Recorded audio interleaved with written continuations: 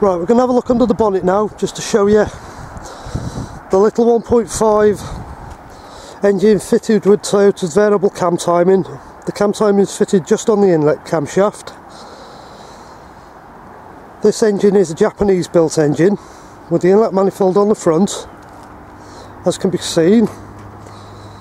Air filter easily accessible for servicing, battery easily accessible, fuse box easily accessible.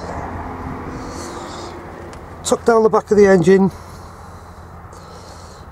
as you can see, is a 4-branch exhaust manifold leading down to a big bore and a catalytic converter. Brake master cylinder easy to access. Windscreen washer filler easy to access. Radiator cap very prominent.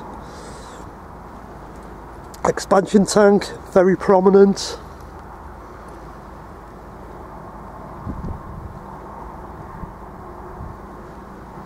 Other easy accessible items are the alternator belt, the power steering belt, all uses the same belt. The car is very well laid out under the bonnet. Everything's easily accessible. As you can see down the back, all the emissions equipment, there's pipes everywhere. The hardest thing to get to is tucked right down the back there, which is the power steering reservoir.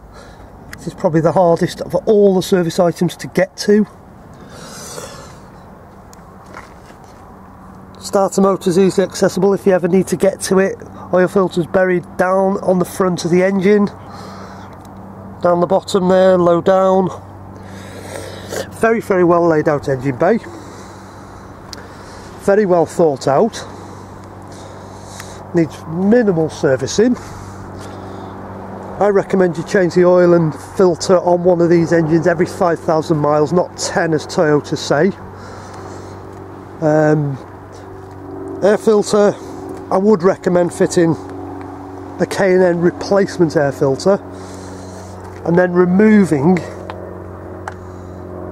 the air intake, which is very hard to see on the camera, but it is tucked down on the bottom of the airbox, because the original pipe comes from down here and then comes up, and it sucks up against the inner wing here, so it's very close and very restrictive.